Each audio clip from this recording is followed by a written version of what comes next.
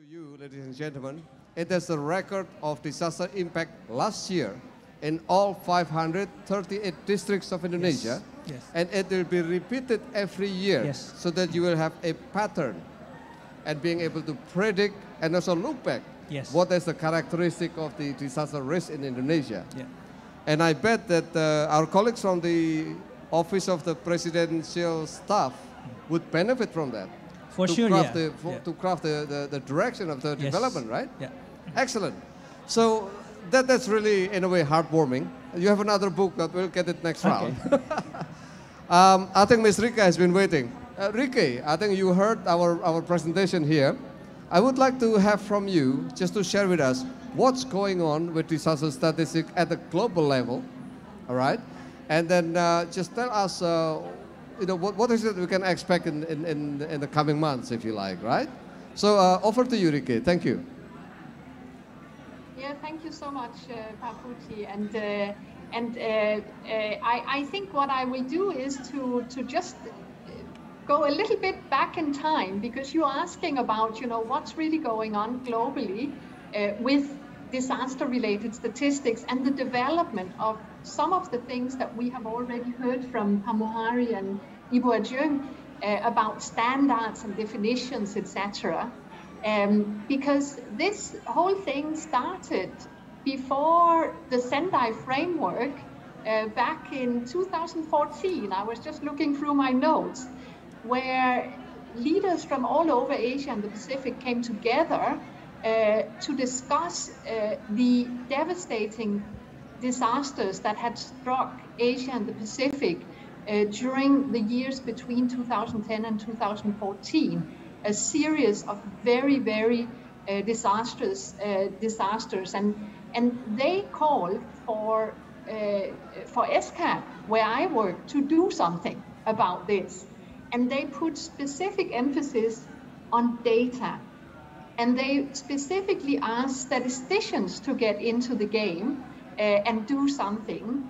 And this was, of course, because of some of the elements that have already been pointed out by the panelists here, that there is a lot of tradition, a lot of expertise in looking at disaster data to make sure that we can respond and provide relief after disasters strike.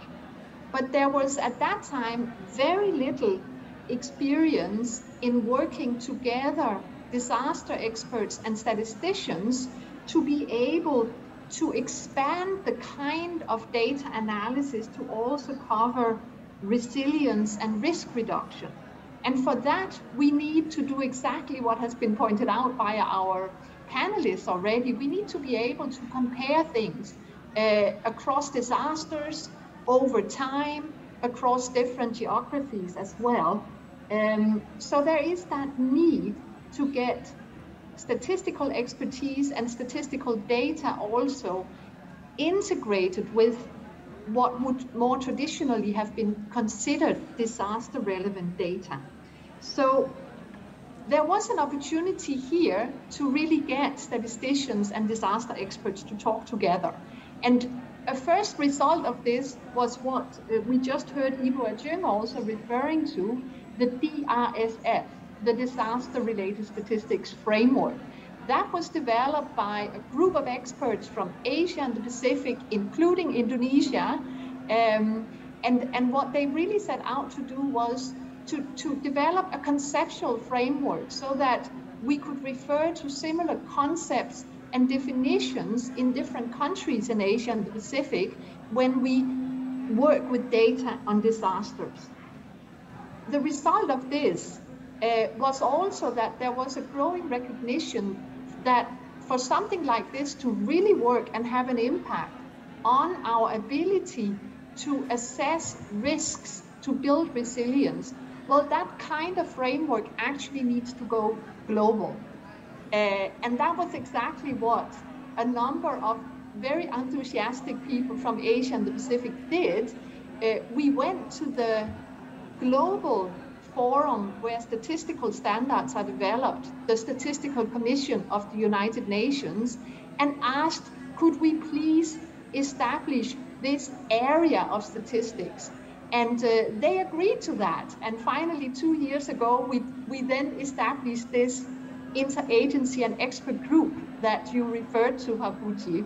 And this is a group that's co-chaired by UNDRR and SCAP.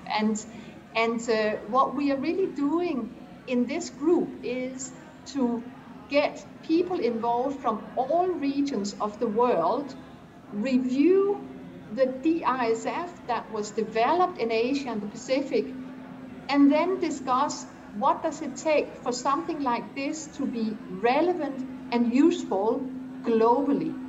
And in addition to the trainings that have been developed also with great help from Indonesia, we have seen recently the review of hazards to develop a classification. This was also already referred to.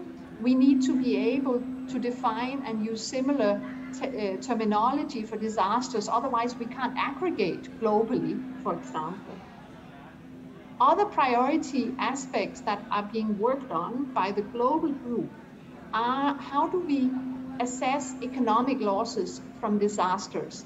And this relates to something we just heard from BPS, that if we want to integrate disaster data with statistical data, we need to make sure that the definitions a statistical office uses to do their economic surveys are similar to the definitions that are used in national disaster loss databases, for example. We also work on how do we find a standardized way to calculate disaster risk reduction expenditures. We look at assessing environmental and ecosystem losses from disasters.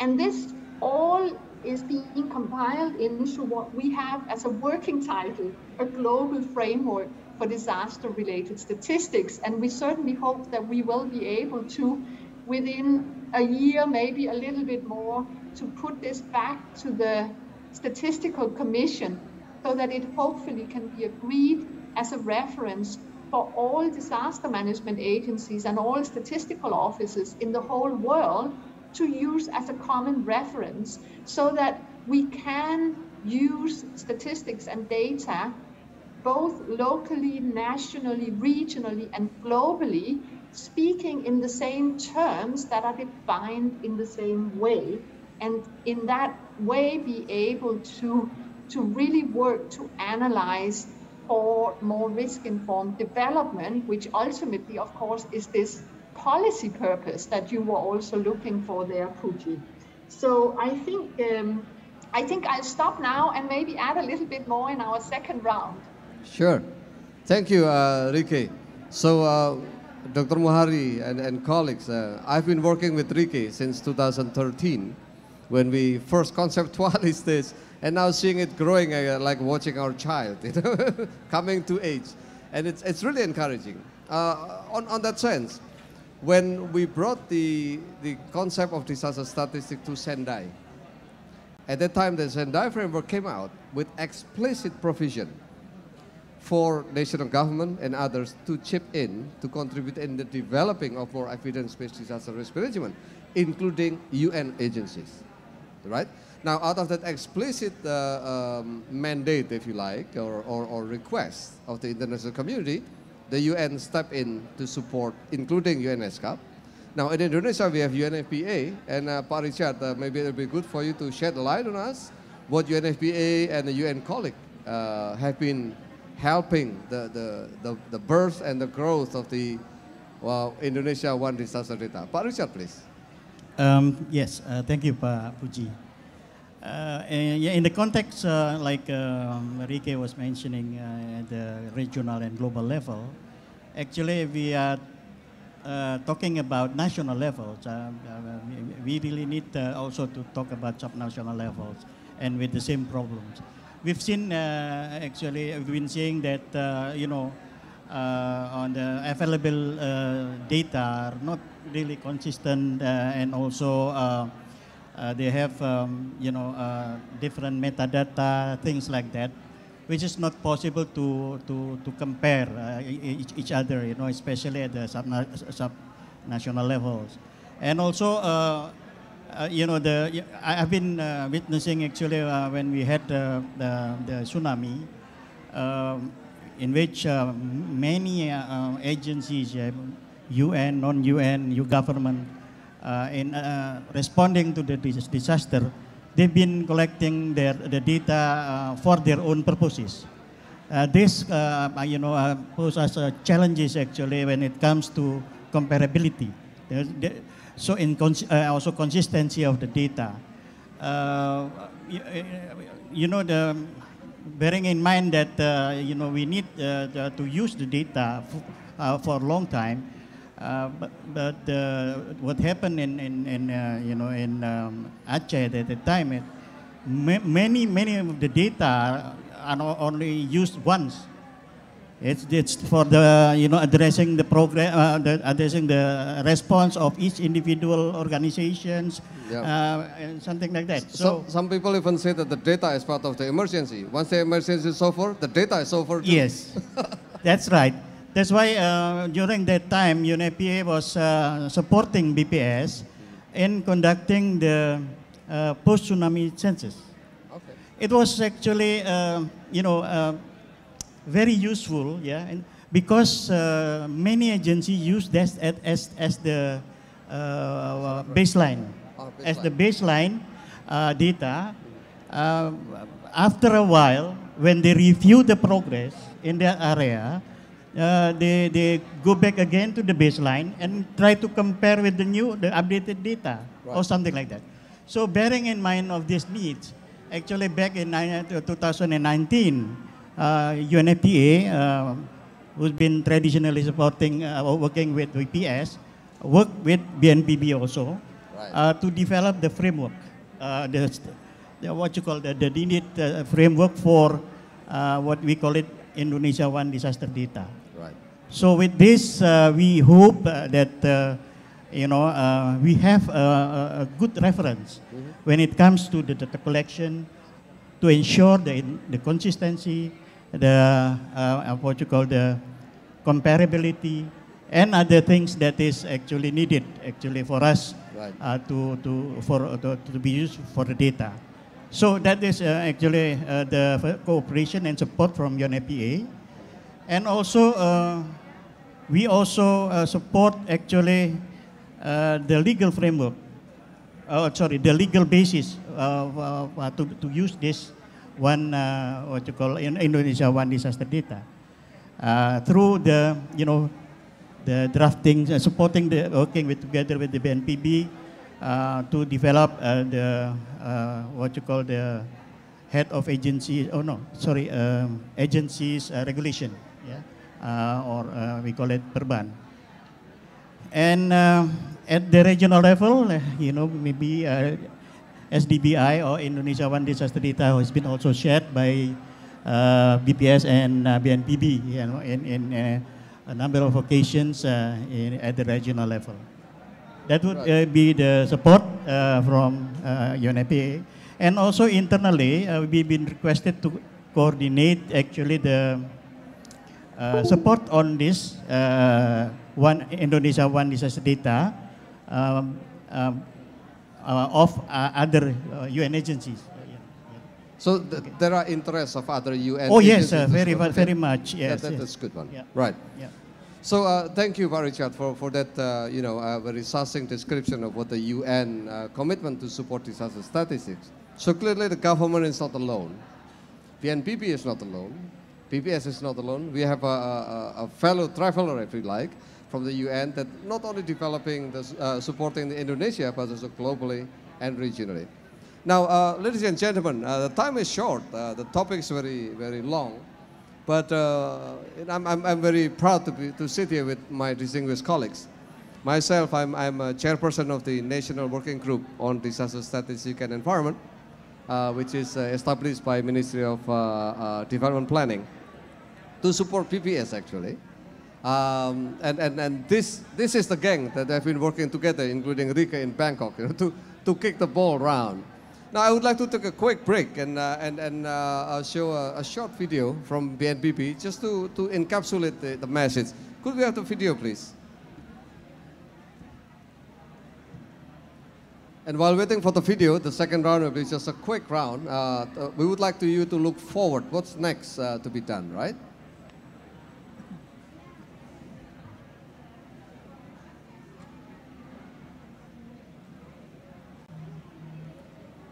Sambil menunggu Bapak Ibu sekalian, untuk rekan-rekan yang memerlukan informasi yang lebih mendalam dalam bahasa Indonesia, kami ingin menyampaikan bahwa ini pembahasan tentang statistik bencana, satu data bencana Indonesia yang dikembangkan bersama oleh lembaga pemerintah Indonesia di bawah kepemimpinan BNPB dengan bimbingan dari BPS sebagai pembina statistik dalam satu kerangka satu data Indonesia.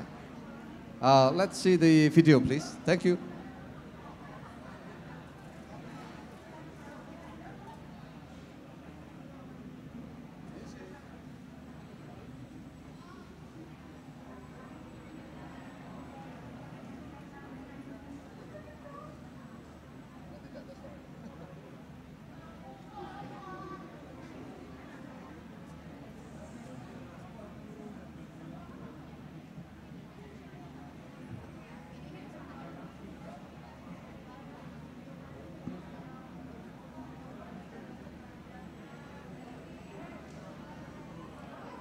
Jadi sambil videonya berjalan, we will just quickly talk you out through this. These are the idealized characteristics of the statistical framework for disasters, and what's so-called as a good disaster statistics. That was mentioned earlier. One standard, one metadata, one reference, which is consistent with Indonesia One Data policy, actually.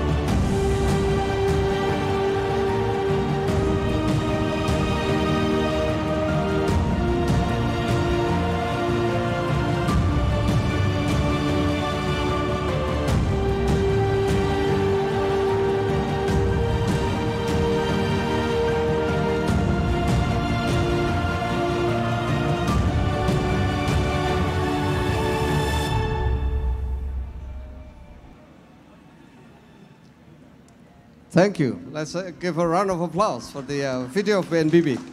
There are three things that I noted from here. One is that disaster data seems to be not only BNPB's business, this is everybody's business. Number two, BNPB has documented this process all the way from 2014 until now. So there has been motion on this thing, right? And the third one, the last sentence. BNPB is not only talking now it's taking action. This is very interesting. Now let me just go straight to Dr. Muhari. Taking the last words of the sentence.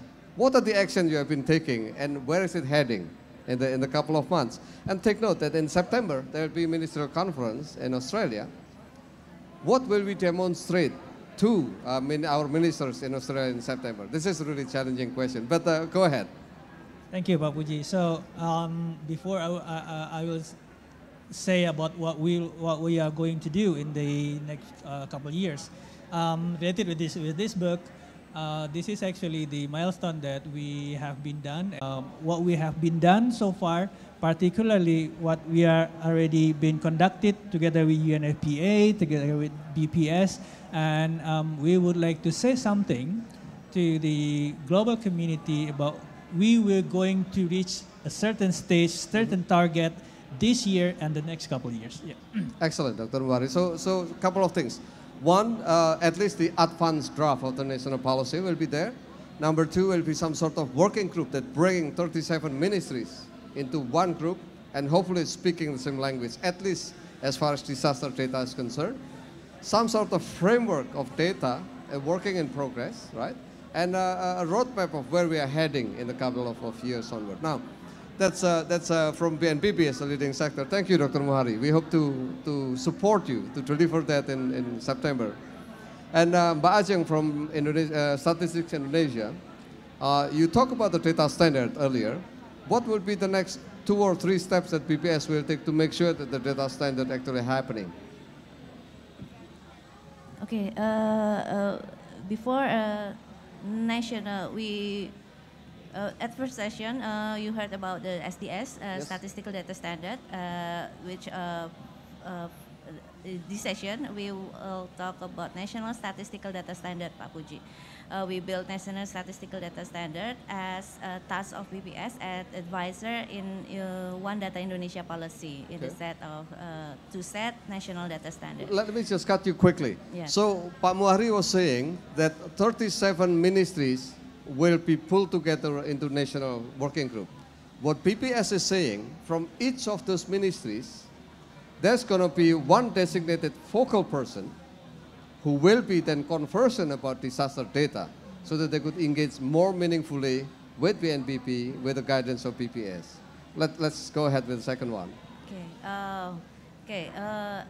BPS as advisor in One Data Indonesia, but set the data standard, national data standard, but not all data standard is appointed by BPS. Pak Puji, we are focused on data standard which use across agencies. Meanwhile, data which utilize only in internal, the ministry, relevant ministry can set by themselves. Okay. And BPS effort for statistical data standard, first, technical guide. We get technical guide, BPS Regulation Number 4 2020 concerning technical guide for SDS.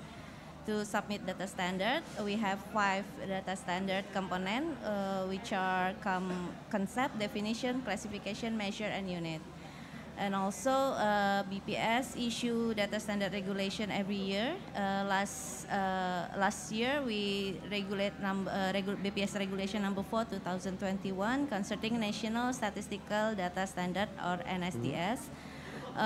To accelerate SDS collection, BPS set target every year to get the regulation. BPS through coordination and confirmation, public testing and harmonization to data that socialize with related ministry. Okay. And SDS also had socialization to all ministry. We set webinar and we socialize with one thematic data activity, such as one disaster data. Okay. We use at the socialization. And enrollment to licensed officer or LO for each ministry and agency. The LO serve as a contact person for information and communication related to SDS between BPS and relevant ministry. The goal is to speed up the SDS submission. I guess all the ministry have already take the LO Okay. and get that 2% for each ministry. And then to develop SDS collection, SDS collection application system we built with the integrated into Indonesia Data Hub Indah platform. The SDS that has been set with attachment with the portal Indah platform, including standard data and metadata would also be taken to Statiana portal. Okay. Let me just very quickly highlight. So having the line ministries, having focal points so that Pak Muhari could work with them, you also try to incorporate the disaster statistic standards into the national standard system. And you also bring this into some sort of socialization, capacity development for ministries so that they could participate in this exercise and continue developing the Indonesia Data Hub, which is the, what's the name? Satchana. Satchana yes, is part of the Indah Hub. Okay, so that's what the BPS will do. We will see whether it happens or not, and we'll help them to move along. hopefully. Now, very, very quickly, Ricky, over to you. What's going to happen with the international expert working group in the coming months until September? Well, I'm going to start somewhere else. I mean, no, let me just first say that in just a few months from now, in September, we will organize the second Global Expert Forum on disaster-related statistics, and we specify here it's both for users and producers of this type of statistics. It will definitely be an event that will be both virtual and in person. So I do encourage everyone to participate there. What I'm seeing, just as you were asking us all to look a bit forward there, Puji, so I've just been scribbling a little bit, and what I see is that if we think of what has been happening globally so far in cooking terms, yeah, and I'm using an analogy that you used a few years ago, Puji. You know, if we need to cook a new meal, we need both to have a list of ingredients, and then we also need to have some guidance on how to go about it. You know, what do we put in the pot first, and how long do we need to stir, etc. What we can see now is that with all the work on global standards and terminology and classifications, we are starting to have the ingredients in place, the what, so to speak. What we need now is to start developing guidance on the how. How do we go about it? This is what we would normally in the statistical world call implementation guidance.